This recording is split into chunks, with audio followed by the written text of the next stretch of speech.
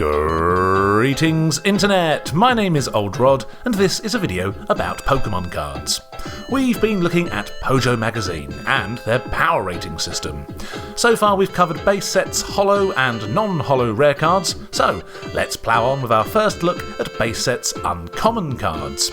We're looking at what power ratings Pojo Magazine gave these cards back in 1999, deciding how well those ratings are holding up 25 years later, and re-rating them to what they'd be scored in today's base fossil metagame. 3 or above playable, anything below, not so much. Base set uncommons, I choose you.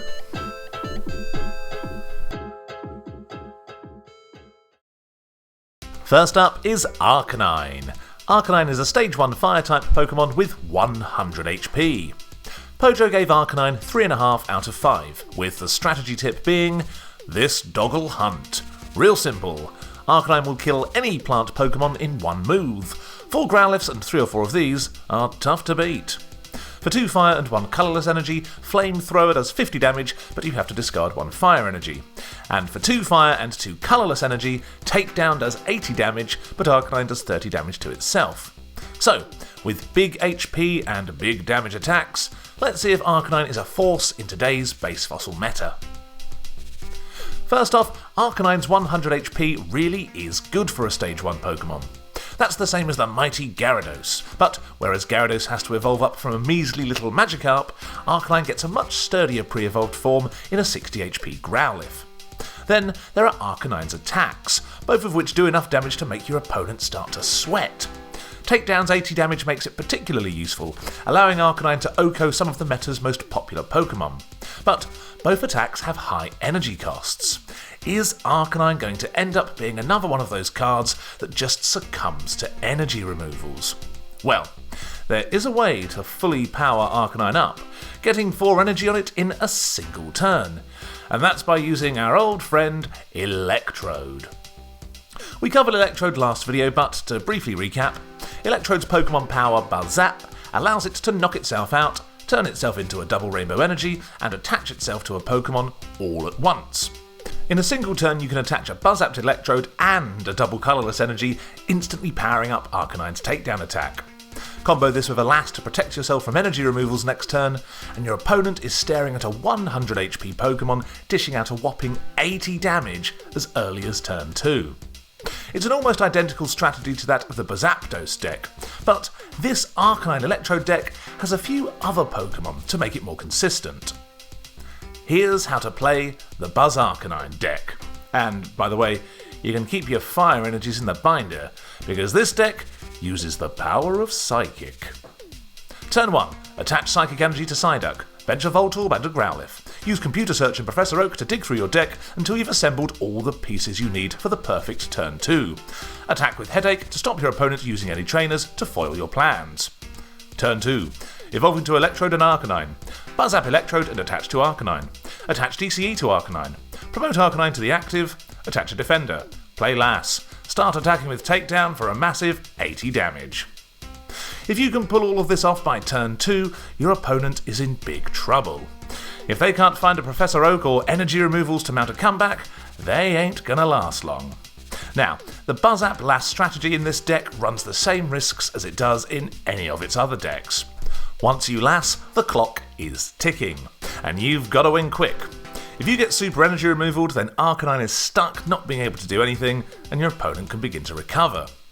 Furthermore, this deck absolutely burns through its cards trying to get that perfect turn 2 setup, so if it doesn't win quick, it'll deck itself out in no time. Nonetheless, there are several reasons that make the Arcanine build a much better build than the Buzzapdos one. Firstly, Arcanine does bigger damage, and hitting those OHKOs with Takedown instead of just doing 60 damage with Thunder gives your opponent less turns to recover. Secondly, running Psychic Energy allows you to run Psyduck to trainer lock your opponent early game. Psyduck's Headache attack means you can get set up without fear of disruption from your opponent, all the while hampering their setup. Psychic Energy also allows you to run Fossil Ghastly.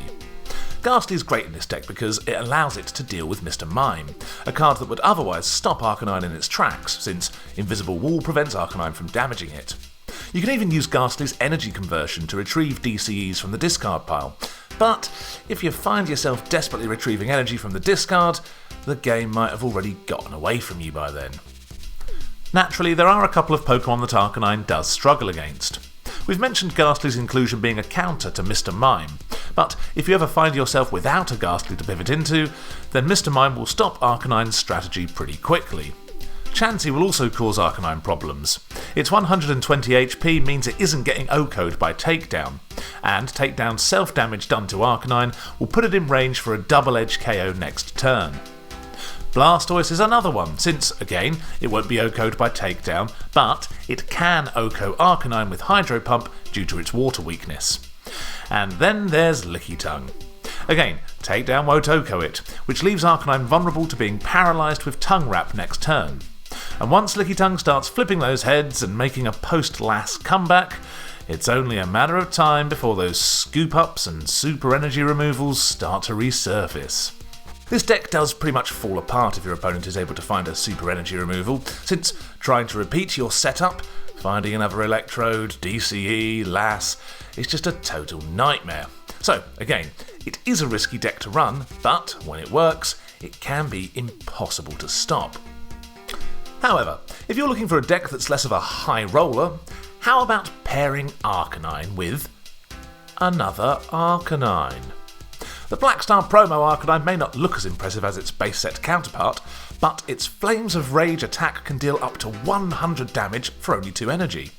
This is particularly useful if you've got a Growlithe soaking up chip damage in the active spot, allowing you to surprise your opponent with a huge Flames of Rage attack in a move of Fiery Vengeance. By playing both Arcanine cards in this deck, you keep your opponent guessing, and soon they won't know whether to attack your little Growlithe or not. Pair these pooches up with Fossil Magmar and you've got yourself one of the more consistent Fire-type decks in the base Fossil format. Now, by choosing to run Fire Energy over Electrode, it means that you'll have to be powering up base set Arcanine's attacks the old-fashioned way, 1 energy at a time, making it super vulnerable to energy removals. The benefit to this, though, is that your opponent will pretty much always use their energy removals on the Arcanine you're powering up on the bench, diverting their resources away from what you've got in the active, thus allowing you to keep chipping away with, for example, a Magmar Smokescreen attack. Ultimately, base set Arcanine's high energy costs make it more of a late game sweeper in this deck, rather than a card you can actually use to attack with turn after turn. So, with 2 deck options, where does this leave Arcanine in the current base Fossil meta? Well, Arcanine's utility in the fire-themed double Arcanine deck is somewhat limited due to its attack's high energy costs, making it more of a luxury card that can threaten the odd OHKO late game. The Buzz Arcanine deck is a much riskier style of play, but, if you pull it off, a much stronger deck, with Arcanine capable of becoming a fire-breathing Mega Beast, attacking turn after turn, staying powered up, and ultimately steamrolling your opponent. Pojo gave Arcanine a 3.5. When it comes to big, scary-looking fire attackers, Arcanine is the most competitively viable. But when it comes to other Stage 1s, it is overshadowed by cards that are both more consistent and versatile. Plus, Arcanine's high energy costs force you to either use risky Buzz-App strategies or relegate it to a surprise inclusion in fire decks that run other, more consistent attackers. Still, Arcanine is no doubt a powerhouse, with the signature Buzz Arcanine, or 9-bomb deck, which can be unstoppable. It's Electrode's best partner in base Fossil, and so, since I gave Electrode 3.5 last video, I'm going to keep Pojo's score as it is, and similarly award Arcanine a highly playable, if slightly risky, 3.5. Next up, it's Charmeleon. Charmeleon is a Stage 1 Fire-type Pokemon with 80 HP. Pojo gave Charmeleon 3 out of 5 with the strategy: 80 hit points make him a tough takeout, but he needs a lot of energy to deliver best results. His best is real good though. For 3 colourless energy, Slash does 30 damage, and for 2 fire and 1 colourless energy, Flamethrower does 50 damage, but you have to discard 1 fire energy. So let's check out Charmeleon. We've just seen Flamethrower with Arcanine, and as decent as 50 damage is, it just isn't the sort of attack that flourishes in the energy removal format. It requires 3 energy to use, then you have to discard an energy card. It's all rather time consuming and wasteful. Charmeleon's most appealing feature is Slash. An all-colourless attack that can be powered up in 2 turns thanks to double colourless energy allows Charmeleon to splash into any colour deck. With Scyther being such a popular card, especially in those licky-tongue decks, Charmeleon is a great counter to it, with Slash hitting Scyther's weakness for 60 damage, add on a plus power, and you can threaten an Oko. As such, Charmeleon is a great partner to Hitmonchan, since Hitmonchan can deal with Lickitung, but is totally walled by the fighting-resistant Scyther. Just pivot into Charmeleon and take out that pesky bug with 1 Slash. Charmeleon's small retreat cost of 1 makes switching out easy, especially if you've got a Dodrio on your bench to turn Charmeleon into a free retreater. However, perhaps you're thinking, why would I run Charmeleon, a Stage 1 Pokemon, as a counter to Scyther when I could just run Fossil Magmar? Well, the obvious answer here would be Charmeleon's colourless energy requirements, allowing it to partner up with anything without you having to run 2 different energy types. It's also got slightly more HP, and if you're feeling really wild, you'll even have the option to evolve it into Charizard and hit a surprise Fire Blast for a game-winning Oko. Plus, its pre-evolved form Charmander is actually pretty decent as well, especially in fire decks. However, Charmeleon does have some downsides when compared to Magmar. Firstly, the deck space required for the inclusion of Charmander means you're going to have to sacrifice some useful trainer cards. And secondly, Charmeleon doesn't have that single energy attack, making it vulnerable to super energy removal. And as good as a 60 damage Slash is when you're facing a Scyther, against anything that isn't weak to fire, dealing a flat 30 isn't really going to disrupt your opponent's game plan very much. On the other hand, Magmar can stall with Smokescreen or poison with Smog. Basically, if your opponent isn't running Scyther, then Charmeleon becomes a rather underwhelming Stage 1. And there is a real risk that your opponent just isn't playing a Scyther. As popular as Scyther is, and it is a staple in all of the Lickitung decks, in many other metagame decks, such as Haymaker and Wigglytuff, Scyther has been ousted by Dodrio. Basically, the increased popularity of Dodrio over Scyther does hamper Charmeleon's metagame utility. But with that in mind, is Charmeleon still a competitive card? And my answer to that is yes. The entire Charizard evolution line can run on any energy type, making them surprisingly versatile and splashable. But it's an evolution line that, unlike Blastoise or Venusaur, isn't actually the focal point of the deck. These cards are instead techs and counters to other cards, or surprise one-offs. When it comes to the Charizard evolution line, Charmeleon is the most solid of the 3. Good HP, small retreat, and Slash is a decent enough colourless attack that it'll scare away those Scythers. However, if you are actually running fire energy, Magmar probably is the better option. Or simply just sticking with Charmander and using Ember with a plus power to Oko those Cyphers without having to evolve. Pojo gave Charmeleon a 3, which is the same score they gave Clefairy, a card that absolutely sucks. Charmeleon is clearly a better card than Clefairy. When it comes to my power rating scale, I have no doubt that Charmeleon does have its competitive uses. But perhaps these uses are only really in non-fire energy decks that are scared of running into Scyther. A competitive card no doubt, but not quite an auto-include in any of the top deck archetypes, due to the deck space it requires being a Stage 1.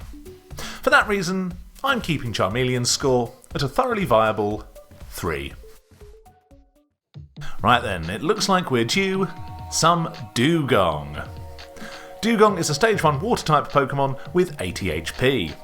Pojo gave Dewgong 4 out of 5, the strategy being, works awesome in Rain Dance decks. Some people prefer Dewgong to Gyarados, as the evolution is much stronger with Seal. For 2 water and 1 colourless energy, Aurora Beam does 50 damage. And for 2 water and 2 colourless energy, Ice Beam does 30 damage and paralyses on a heads coin flip. Right then, time to find out if Dewgong is still awesome. First, a very quick Rain Dance recap in case you're new here. Rain Dance is Blastoise's Pokemon power that allows you to attach an infinite number of water energy onto your water Pokemon during your turn. This means that your water Pokemon can get fully powered up in an instant, bypassing the threat of energy removals and allowing you to pull off those big energy, big damage attacks. And that's what Dewgong has. 50 damage for 3 energy is very good, and 30 with a chance of paralysis isn't bad either. In fact, these attacks are very similar to the other card Pojo mentioned, Gyarados. Right, time for some good old Spot the Difference. Okay, Gyarados' Bubble Beam does do 10 more damage than Dewgong's Ice Beam. Gyarados also has 20 extra HP, plus a fighting resistance. On top of that, Gyarados is weak to grass, not lightning. This means that it doesn't share Blastoise's weakness, unlike Dewgong, making a Blastoise-Dewgong deck very susceptible to the very popular Electabuzz. Well, with all this in mind, why would anyone choose Dewgong over Gyarados? Well, as Pojo mentioned, take a look at their pre-evolved forms. Yeah, this Spot the Difference is a bit more glaring. Simply put, Seal has twice as much HP as Magikarp, meaning you might actually be able to evolve it before getting KO'd. Magikarp's 30 HP is pathetic. It's Gust of Wind bait when on the bench, and is beyond useless if it ever finds itself into the active. At least Seal can withstand an attack or two. But if you've watched my previous videos, all of this is a moot point. Why? Well, once the Fossil expansion was released, Blastoise got a heavy-hitting partner that, pardon the pun, blew the others out of the water. Articuno. Returning to Spot the Difference for a third time, Articuno's attacks are very similar to Dewgong's. 30 damage and paralysis, 50 damage, and its bottom stats are more impressive, boasting a fighting resistance with no weakness. It may have 10 less HP, but Articuno's most appealing feature was that it was a basic Pokemon. No evolution required. As such, Articuno replaced Dewgong, Lapras replaced Seal, and from that moment on, Raindance would never look back. These were Blastoise's perfect partners. A hard hitter and a Mr. Mime counter. And they were both basics. And that's sort of the end of the Dewgong story. Very similar to the tale of Gyarados. Once a force to be reckoned with, now a piece of history. That's not to say Dewgong isn't a good card. It clearly is. 80 HP, a bulky pre-evolution, and big damage attacks are nothing to be sniffed at. In fact, I have seen people try to use Dewgong with the old Buzz-Up Electrode DCE, similar to Arcanine. The problem is, neither Aurora Beam nor Ice Beam are powerful enough attacks to justify KOing an Electrode and giving your opponent a prize card. So, what is Dewgong's competitive viability? Well, it's the same as Gyarados's. You can use it in Raindance if you want, but, you know, the unwavering consensus of the community is that Articuno and Lapras are just better. And, yeah, I agree. Pojo gave Dewgong a 4, same as Gyarados, and, just like Gyarados, Dewgong is a very good card that unfortunately has all but become obsolete in the 2024 base fossil metagame. But if you do want to use it, at least you don't have to worry about starting off with a Magikarp. For me, Dewgong gets a 3. Next up, it's Dratini. Dratini is a basic colourless Pokemon with 40 HP, no weakness, and a resistance to Psychic. Pojo gave Dratini a 2 out of 5 with the strategy: wimpy basic Pokemon, worth having solely because it maintains its resistance to Psychic Pokemon while evolving into Dragonair. Oh, and it's cute too. For 1 colourless energy, Pound does 10 damage. And that's it. Let's talk Dratini. So, as mentioned with Dragonair last video, Dratini's main purpose is to evolve into Dragonite. Dragonite combines its step-in Pokemon power with Dodrio's Retreat Aid power to become a free retreating auto-pivot, allowing you to switch your Pokemon around however you like. So, Dragonite is a great support card, but being a Stage 2, you gotta start off with Dratini. Pojo weren't a big fan of Dratini, and on the surface you can see why. 40 HP, 10 damage, it's about as basic as a basic Pokemon can get.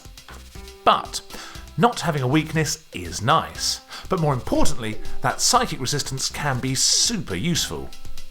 Mewtwo and Ghastly can't do much against Dratini, but more importantly, a fresh Dratini totally walls Mr. Mime. I have genuinely had several games where an opponent's late game Mr. Mime is either trying to clean up with Meditate or stall out a game, only for my Dratini to either wall it back or knock it out with Pound. Keep in mind, you're likely going to have a Dodrio on your bench, making Dratini a free retreater that can attack for a single energy, which is sometimes all you need late game when resources are running thin. Plus, the Psychic resistance nicely covers Hitmonchan's Psychic weakness, since it'll almost always be Hitmonchan that you're pairing with Dragonite and Dodrio. If it sounds like I'm hyping up Dratini way too much, it's only because I have genuinely thwarted those late game Mr. Mimes with it.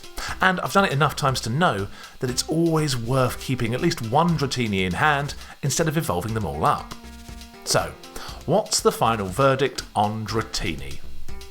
Pojo gave Dratini a 2, and I can see why. Despite its resistance and lack of weakness, 40 HP isn't going to last you long.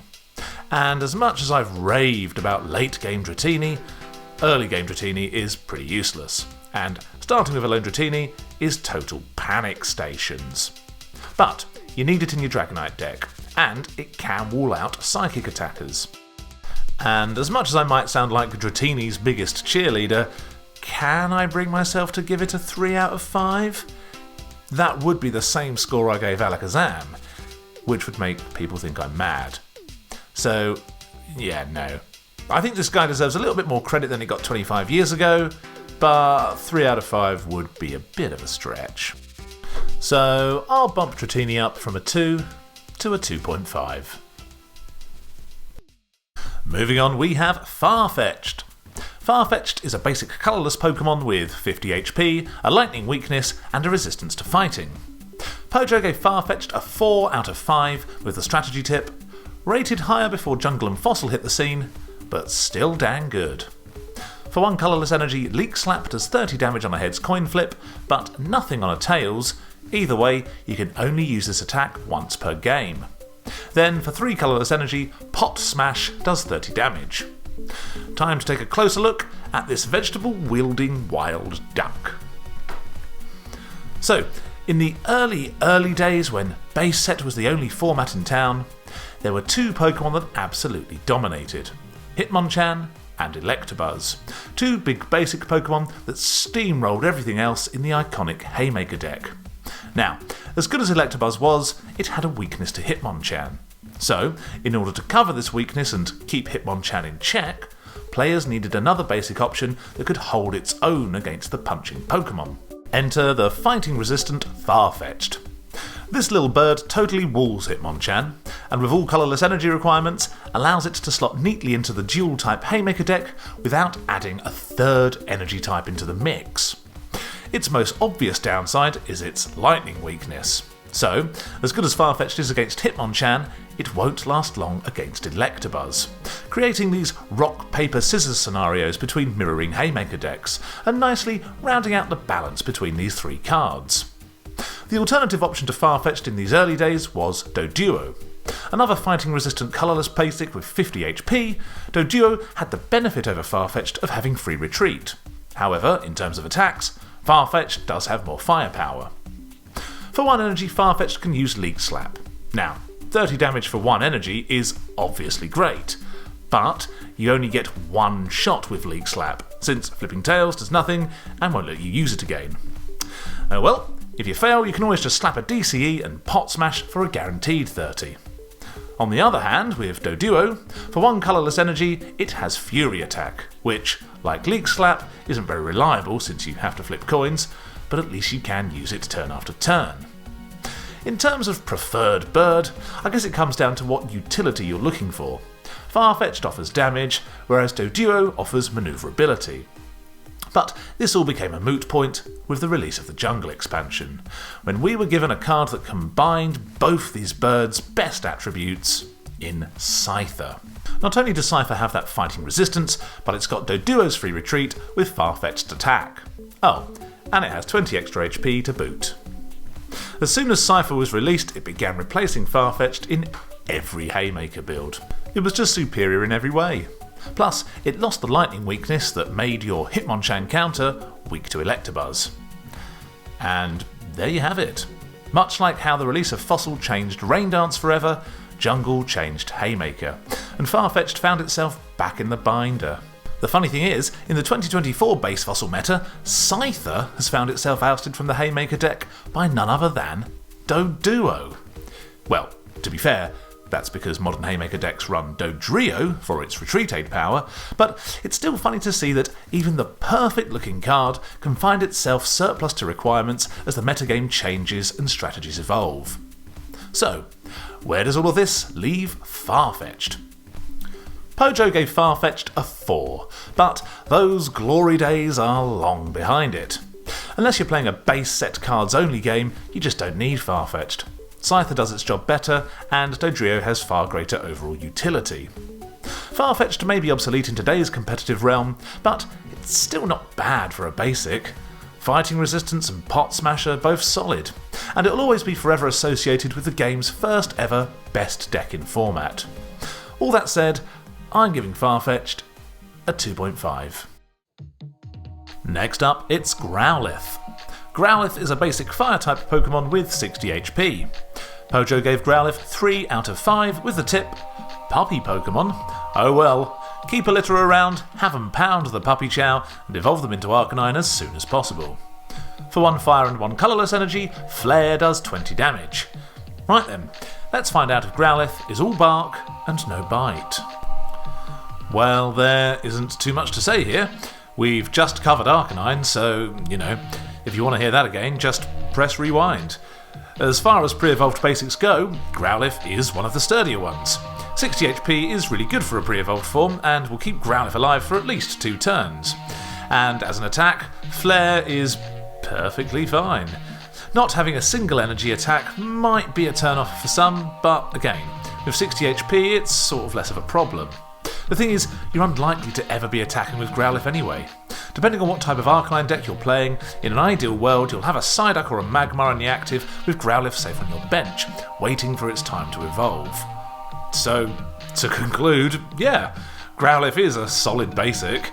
Its primary function is to evolve, and its 60 HP will usually keep it around long enough to achieve that goal. Pojo gave Growlithe a 3 out of 5. Maybe if Growlithe had some sort of attacking utility, I'd echo that score. But really, Growlithe is just a chunky basic with a good evolution and nothing more. And that's fine. 2.5.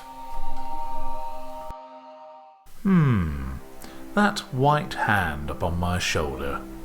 I could have sworn that wasn't there before. Better call an exorcist, because up next it's Haunter. Haunter is a stage 1 psychic Pokemon with 60 HP, no weakness, and a resistance to fighting.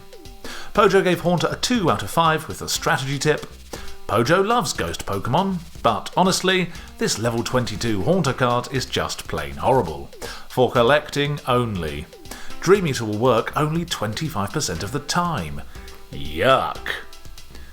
For 1 Psychic Energy, Hypnosis puts the defending Pokemon to sleep. And for 2 Psychic Energy, Dream Eater does 50 damage, but your opponent has to be asleep for this attack to do anything. Right then, is Haunter going to be scaring any of your opponents? Well, first up it's got that sweet fighting resistance that all the ghosts have. Always nice. However, its HP for a stage 1 is rather on the low side. So what about its attacks?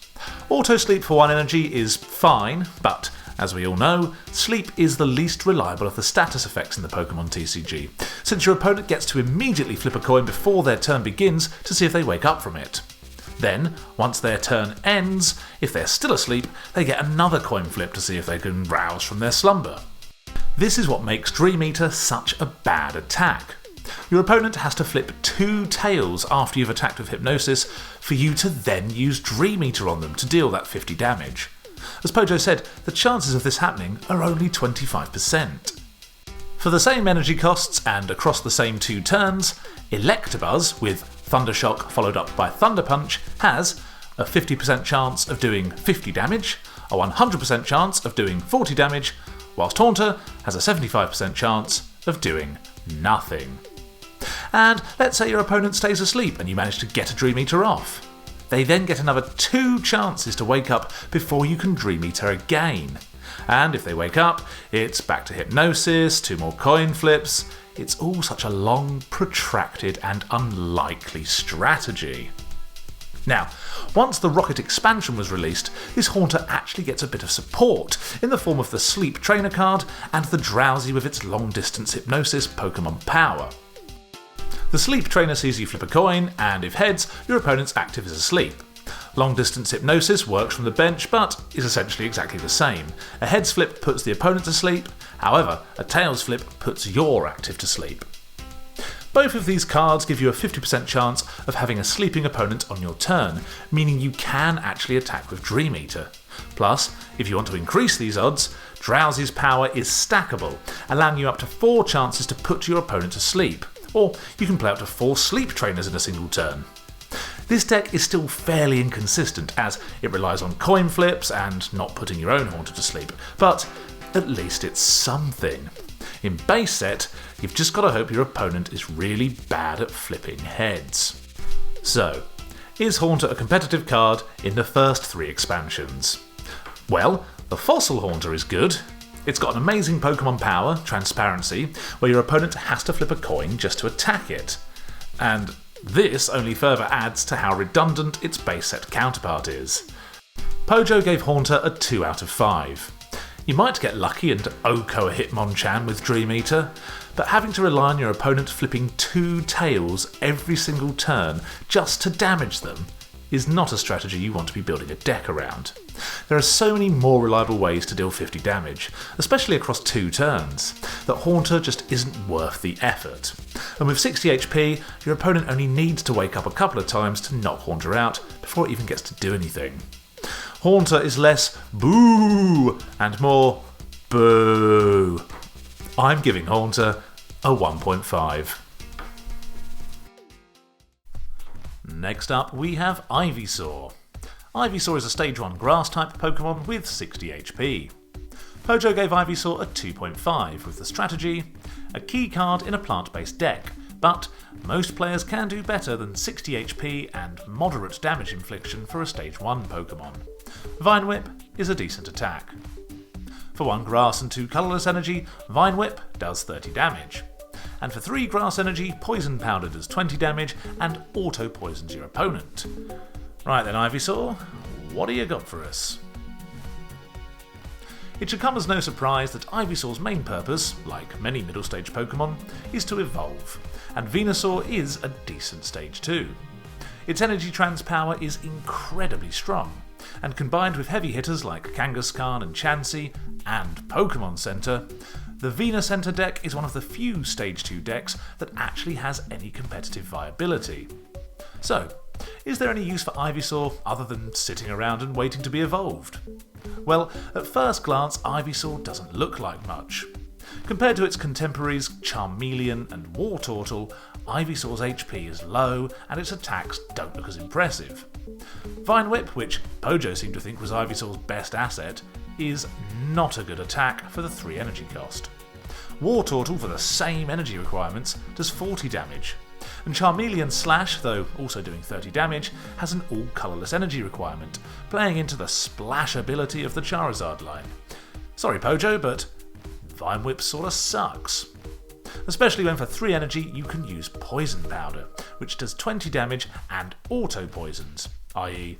30 damage plus the extra poison. Very few cards in base Fossil can actually auto-poison, and instant poison can really disrupt your opponent. But where Poison Powder really shines as an attack is its very specific utility in the Venusaur decks, and that is to deal with Mr. Mime. Venusaur decks are full of cards that deal big damage, which can be totally walled by Mr. Mime's invisible wall power, where only attacks that do 20 damage or less can affect it. This is why you don't evolve up into all your Venusaurs, because if you do, you lose one of the best counters to Mr. Mime in the entire base Fossil format. This is why you need to keep an Ivysaur in your back pocket in case your opponent drops a surprise Mr. Mime late game and tries to stall you out. Ivysaur's Poison Powder hits Mr. Mime for that 20 damage plus the auto poison, meaning that if Mr. Mime can't retreat next turn, it's a goner. Plus, Poison Powder's high energy cost is offset by Venusaur's ability to manipulate energy with energy trans. So heed this warning.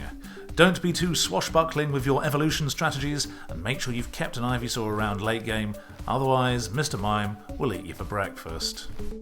So, Ivysaur. Any good in the modern metagame? Pojo gave Ivysaur a 2.5, with Vine Whip being the only good thing about it. This, of course, is completely wrong. Ivysaur's best feature is Poison Powder, and its ability to deal with Mr. Mime. It's basically the equivalent of Lapras in Rain Dance decks, and therefore makes Ivysaur a crucial component for the Venusaur decks. and for that reason alone, despite its low HP, I'm bumping Ivysaur up to a perfectly usable 3. Next up, it's Jynx, the human-shaped Pokemon. Jynx is a basic psychic Pokemon with 70 HP. Pojo gave Jynx a 4 out of 5, with the strategy tip: better have 3 or 4 of these in your psychic deck. Meditate is great when you're going in for the kill, and Double Slap's not a bad basic attack. For 1 psychic energy, Double Slap has you flip 2 coins and do 10 damage for each heads. And for 2 psychic and 1 colourless energy, Meditate does 20 damage plus 10 more damage for each damage counter on the defending Pokemon. Right then, let's take a closer look at Jynx. Looking at Jynx's stats, you can kinda see what Wizards of the Coast were going for, a sort of psychic version of the Haymakers, Hitmonchan and Electabuzz. Like those two, Jynx has got that lovely 70 HP that tips it into the realm of being a bona fide big basic, as well as having that 2 retreat cost that stops it from being too mobile. Then, its attack requirements follow a similar template. You've got a single energy attack and a secondary attack for more energy that can do big damage. But when we look closer, Jynx's attacks don't quite stack up. Double Slap is a pretty lame attack. On average, you're doing 10 damage, but also the potential to do nothing. Compare Double Slap to Hitmonchan's Jab. That does a guaranteed 20 damage for the same energy cost. Or Electabuzz's Thundershock, which does a guaranteed 10, but with a 50% chance of paralysis. Jynx's Double Slap potentially doing nothing isn't exactly applying the same pressure that Hitmonchan and Electabuzz are. Doduo can sort of get away with having the same attack as Jynx because, well, it's got a fighting resistance, free retreat, and evolves into something really good. On Jynx, I'm far less forgiving. And then there's Meditate, which can be a very powerful attack, especially against those high HP monsters. But with a 3 energy cost, it's just too susceptible to energy removal to really power up. Thus, the only thing you're left with is Double Slap. Ugh. Of course, once the jungle expansion arrived, we saw just how useful an attack Meditate can be, with Mr. Mime. Here the attack has an energy cost of just 2, making Mr. Mime's Meditate far more usable than it is on Jynx. Plus, Mr. Mime's invisible wall power gives it far greater utility than Jynx anyway. So far we've established that in a base-only format, Jynx is nowhere near as good as Hitmonchan or Electabuzz, and once jungle arrives, Mr. Mime outclasses it too. And then came the Fossil expansion. Well, technically this card isn't a fossil card, but it came out at the same time, that being Probo Mewtwo. And just look at Mewtwo alongside Jynx. On the surface, so many similarities. HP, retreat, attack costs, but Mewtwo's attacks are light years ahead. Energy absorption is just fantastic, and it allows you to actually power up Psyburn, an attack that will always OHKO a Hitmonchan. If you're looking to run a big basic psychic card, then Mewtwo is clearly the way to go. Besides, even when it was just the base set only cards, people weren't running Jynx to counter Hitmonchan's psychic weakness. Instead, they were running the birds that resisted Hitmonchan, on account of their colourless energy requirements allowing them to easily slot into the Haymaker build. There's no point running a 3rd energy type just for Jynx, and there was no way it was going to replace either Hitmonchan or Electabuzz in Haymaker. Sorry Jynx, it just wasn't meant to be. Pojo gave Jynx a 4 out of 5, the same rating they gave Farfetch'd. At least Farfetch'd had some utility back in the base set only days, despite it being obsolete now. Jynx only really appears in those random builds from 1999, full of terrible Pokemon when no one seemingly knew how to construct a deck.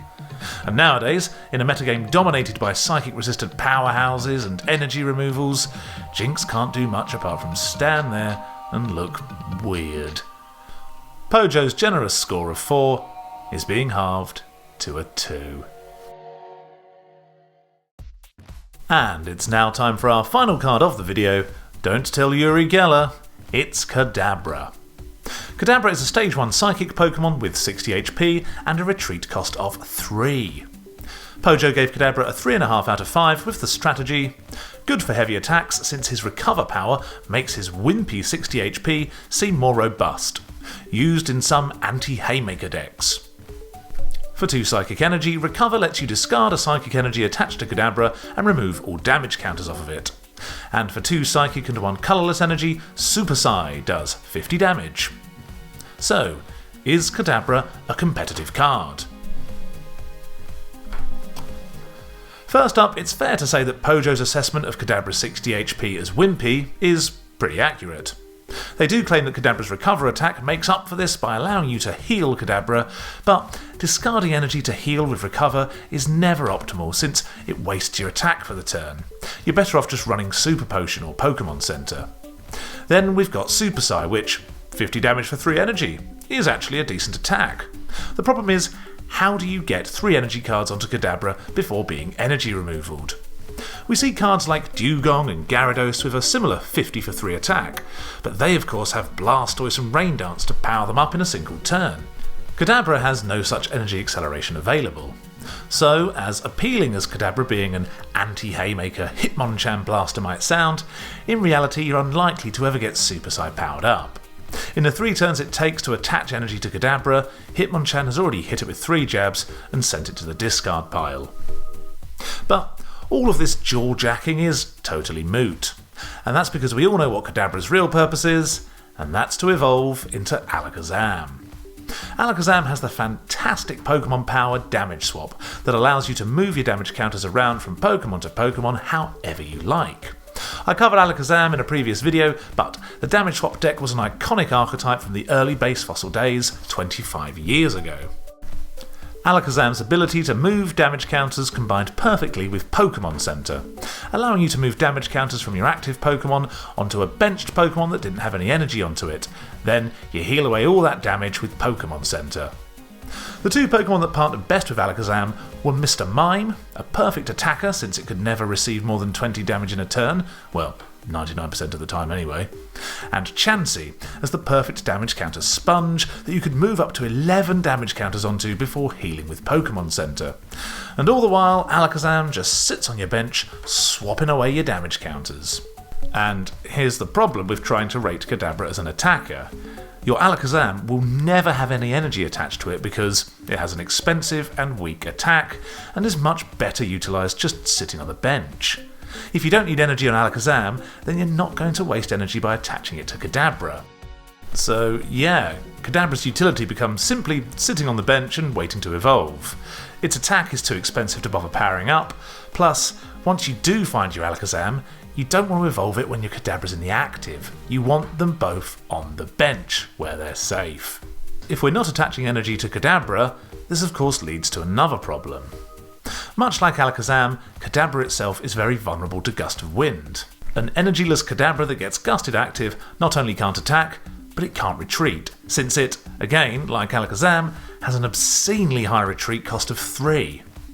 The vulnerability of both Kadabra and Alakazam to Gust of Wind is one of the biggest flaws of the damage swap deck, and one of the reasons why, as iconic as it is, I think it's pretty much a rogue deck in today's base fossil meta, especially when the Licky Tongue stall decks achieve the same goal of decking your opponent out in a far more consistent manner.